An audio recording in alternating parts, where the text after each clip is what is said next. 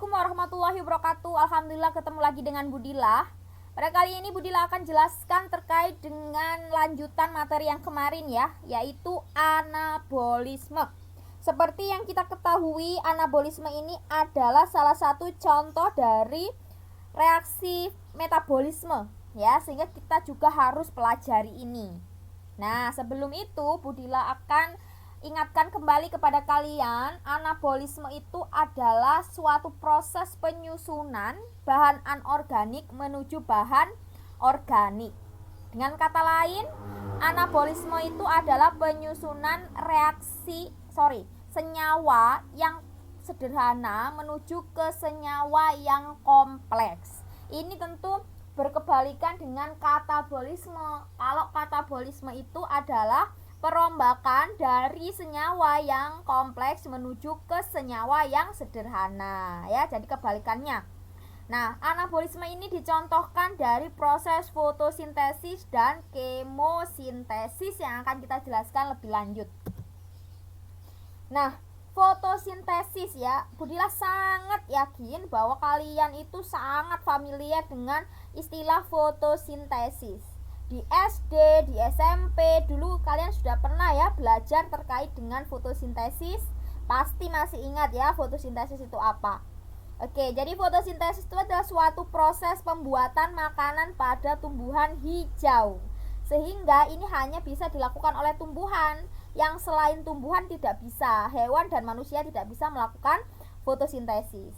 Nah, fotosintesis itu terjadinya di mana sih ya? Jadi dia terjadinya adalah di tumbuhan hijau, tepatnya pada organ daun ya, dan di sel mesofil. Lebih khususnya lagi dia terjadi di tingkat organel, yaitu organel kloroplas ya. Anak-anak masih ingat ya? Jadi ada yang namanya kloroplas. Ini adalah salah satu organel di dalam sel yang dia banyak sekali mengandung klorofil. Ya, sehingga di sini adalah pusat dari fotosintesis ya, di dalam kloroplas. Nah, ternyata anak-anak, fotosintesis itu ada dua tahap ya. Ada reaksi terang, juga ada reaksi gelap. Ya, nanti akan kita jelaskan lebih lanjut. Secara umum, reaksi fotosintesis bisa kita lihat dari reaksi kimia ini, yaitu 6 CO2 atau 6 karbon dioksida ditambah dengan 6 H2O atau 6 air menjadi C6H12O6 atau karbohidrat dan ditambah dengan 6 oksigen ya. Sehingga dari sini kalian bisa tahu bahwa modal dari fotosintesis adalah karbon dioksida yang diikat dari udara dan juga air yang diambil dari dalam tanah, seperti itu. Sehingga dia bisa menghasilkan oksigen dan karbohidrat ya. Ini karbohidrat dan oksigen. Nah, oksigen inilah yang nantinya kita pakai untuk bernafas tiap hari. Sehingga kita itu kayak berhutang budi ya dengan tumbuhan, karena tanpa tumbuhan ini kita nggak bisa dapat suplai oksigen. Nah, setelah mempelajari bab ini, harapan Budila kalian lebih paham ya terkait dengan hubungan kalian dengan tumbuhan itu sesungguhnya adalah hubungan timbal balik yang sangat dekat, sehingga belajar untuk lebih menghargai tumbuhan ya mulai sekarang. Oke. Tahap fotosintesis seperti yang Budila tadi bilang ada dua macam, ada reaksi gelap, ada reaksi terang. Perbedaannya banyak ya. Yang pertama, untuk reaksi terang ini dia lokasinya ada di grana, sedangkan untuk reaksi gelap dia ada di stroma. Stroma dan grana ini letaknya di mana sih? Nah, dia letaknya di sini. Jadi yang grana itu yang ini ya. Grana itu yang bulat-bulat ini, sedangkan yang stroma dia itu yang di bagian ruangan ini ya, ruangan di sekitar grana ini adalah stroma. Kalau kalian menghafal gampangannya begini, terang ya, belakangnya kan G, berarti grana ya. Jadi reaksi terang ada di grana. Nah, kalau reaksi gelap ada di stroma. Cara menghafalkannya gelaps gitu ya. Jadi agak lebay ya, gelaps. Jadi belakangnya itu S. S itu apa? Stroma. Nah, kayak gitu Budila kalau menghafalkan. Jadi biar kita itu apal ya. Terang. Belakangnya G, jadi tempatnya di Grana. Gelap ya. Belakangnya S, jadi lokasinya ada di Stroma. Kadang itu kalau sudah ujian bingung nak, makanya harus kalian punya trik untuk menghafalkan ya. Oke. Berikutnya di bahan-bahan yang dibutuhkan itu juga berbeda. Kalau reaksi terang itu dia membutuhkan cahaya, klorofil, enzim, H2O atau air, dan NADP+. Sedangkan untuk reaksi gelap ini dia membutuhkan NADPH, ATP, CO2, enzim Rubisco, dan juga RUBP. Karena bahan yang diperlukan itu berbeda, otomatis hasilnya juga berbeda ya. Nah, kalau reaksi terang itu hasilnya adalah O2, NADPH, dan juga ATP. Sedangkan kalau reaksi gelap itu hasil akhirnya adalah glukosa. Nah, sehingga keduanya ini bisa disimpulkan bahwa reaksi terang itu adalah reaksi pemecahan H2O menjadi oksigen. Sedangkan reaksi gelap itu perubahan karbon dioksida menjadi glukosa. Nah, seperti itu ya kesimpulannya. Nah, berikutnya ini adalah reaksi terang. Nah, reaksi terang itu apa sih? Reaksi terang itu adalah reaksi yang membutuhkan cahaya matahari. Ini ada dua macam juga, ada fosforilasi non siklik, ada fosforilasi siklik. Perbedaannya, kalau fosforilasi non siklik dia ini melibatkan fotosistem 2 yang punya panjang gelombang P680 dan juga fotosistem 1 yang mempunyai panjang gelombang P700 ya. Jadi dia melibatkan dua macam fotosistem. Sedangkan kalau fosforilasi siklis ini dia hanya membutuhkan fotosistem 1 yaitu P700.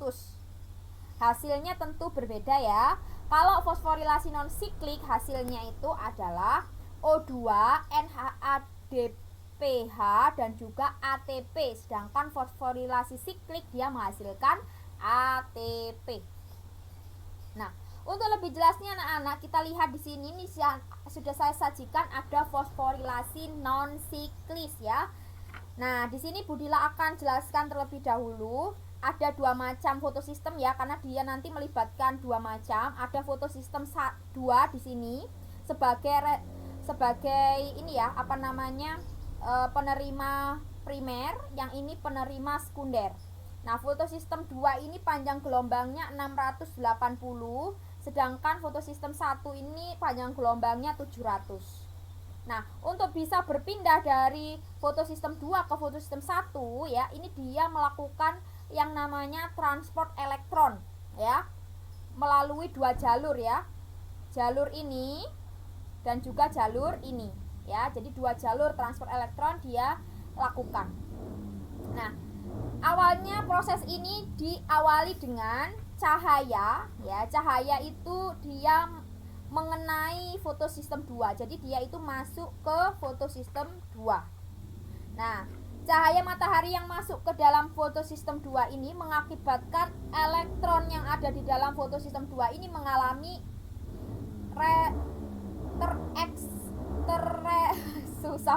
tereksistensi ya.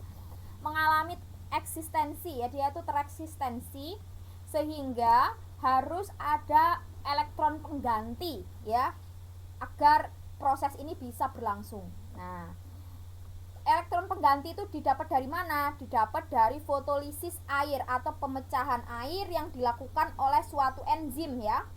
Jadi suatu enzim tertentu itu memecah air H2O ini menjadi 4 elektron, 4H+, dan juga oksigen. Nah, setelah itu elektron-elektron yang sudah dihasilkan dari fotolisis air ini dimasukkan ke dalam atau ditangkap oleh fotosistem 2, selanjutnya mengalami yang namanya transport elektron ya.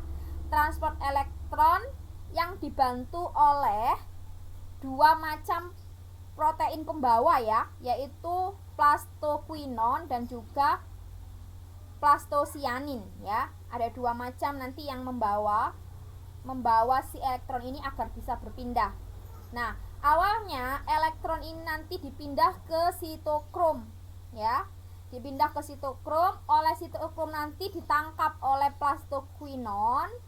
Ditangkap oleh plastoquinon nanti dipindahkan ke sitokrom B. Setelah itu terjadi fosforilasi ya, terjadi fosforilasi yaitu penambahan fosfat pada ADP sehingga terjadi ATP.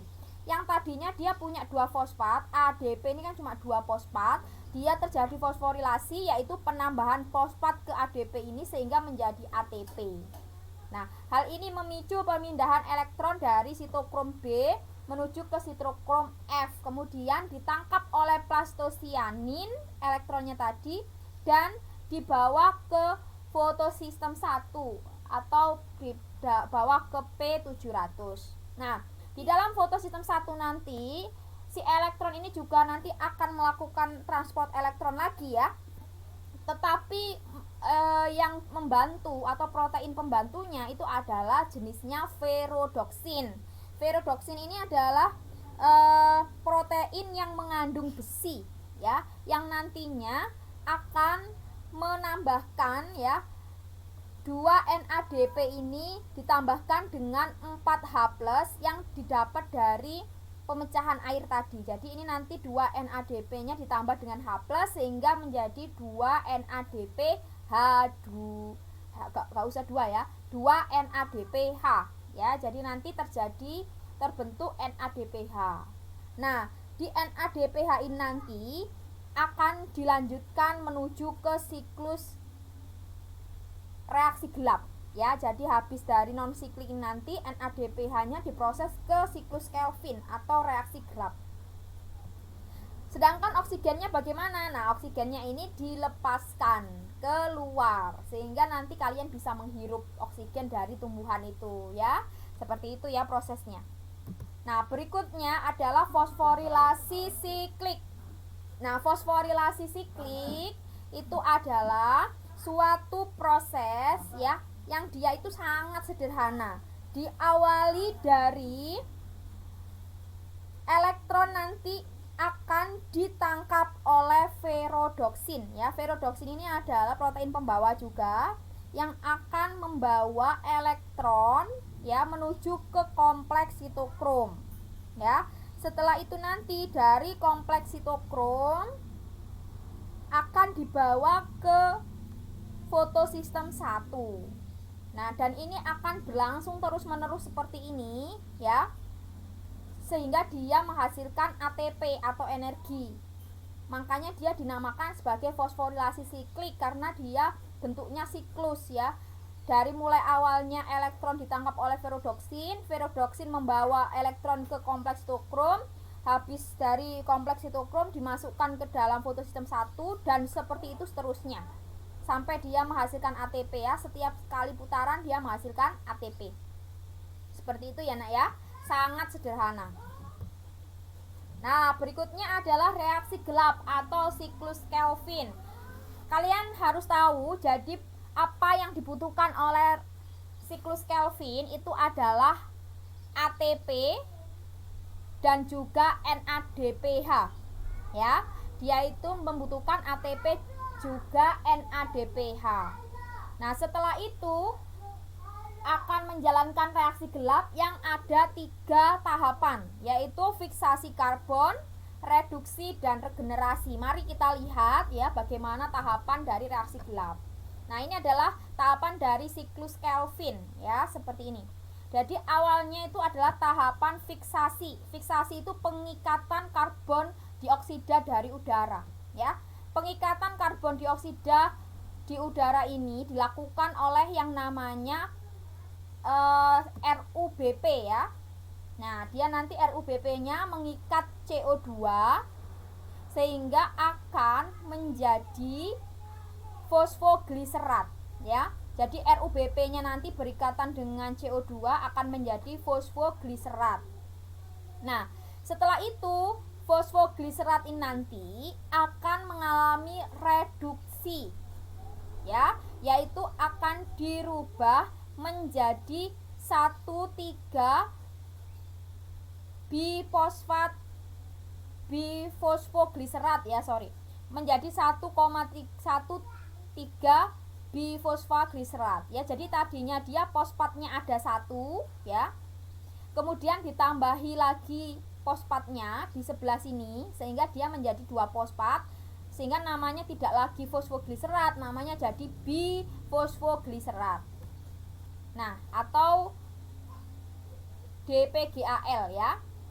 Nah, setelah itu akan terjadi regenerasi ya. Regenerasinya dari 1,3 bifosfoglycerat akan menjadi G3P ya. G3P nanti dia akan membentuk glukosa dan senyawa organik lainnya. Sedangkan nanti yang satunya dia akan meregenerasi penerimaan CO2 oleh RUBP. Jadi ada regenerasi lagi. Jadi RUBP-nya nanti akan dibentuk lagi seperti itu ya. Namanya siklus Kelvin. Oke, Budila ulangi ya. Jadi ada 3 tahap. Tahap fiksasi itu pengikatan CO2 oleh RUBP. Jadi RUBP-nya mengikat CO2 sehingga menjadi fosfoglycerat, 3 fosfoglycerat ya. Fosfoglyceratnya nanti dirubah melalui proses reduksi akan menjadi 1,3 bifosfoglycerat ya. Setelah itu nanti akan diubah ya menjadi fosfoglyceraldehid ya. Nah, fosfoglyceraldehid nanti akan menjadi glukosa dan senyawa organik lainnya.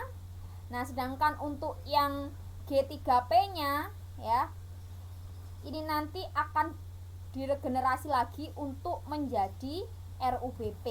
Jadi RUBP-nya terbentuk kembali dan proses ini berlangsung lagi. Jadi bulat ya, seperti ini. Bulat-bulat. Jadi dia habis dari RUBP jadi RUBP lagi. Namanya siklus seperti itu. Nah, sehingga kalau bisa kita simpulkan seperti ini ya. Jadi reaksi terang itu terdapat di grana. Ya. Reaksi terang itu ada di grana. Dia nanti akan menghasilkan oksigen. Sedangkan reaksi gelap itu ada di stroma ya, di ruangan sel ini, di ruangan kloroplas ya. Nantinya dia akan menghasilkan sugar atau gula atau karbohidrat. Nah, seperti itu. Jadi kalau yang reaksi terang nanti menghasilkan oksigen, yang reaksi gelap menghasilkan karbohidrat. Nah, ini dia jenis-jenis tipe tumbuhan berdasarkan tipe pengingkatan CO2-nya ya. Nanti akan kita bahas lagi di pertemuan selanjutnya biar kamu tidak bingung ya. Kita bahas dulu yang itu dulu. Terima kasih anak-anak. Wassalamualaikum warahmatullahi wabarakatuh. Semoga bermanfaat.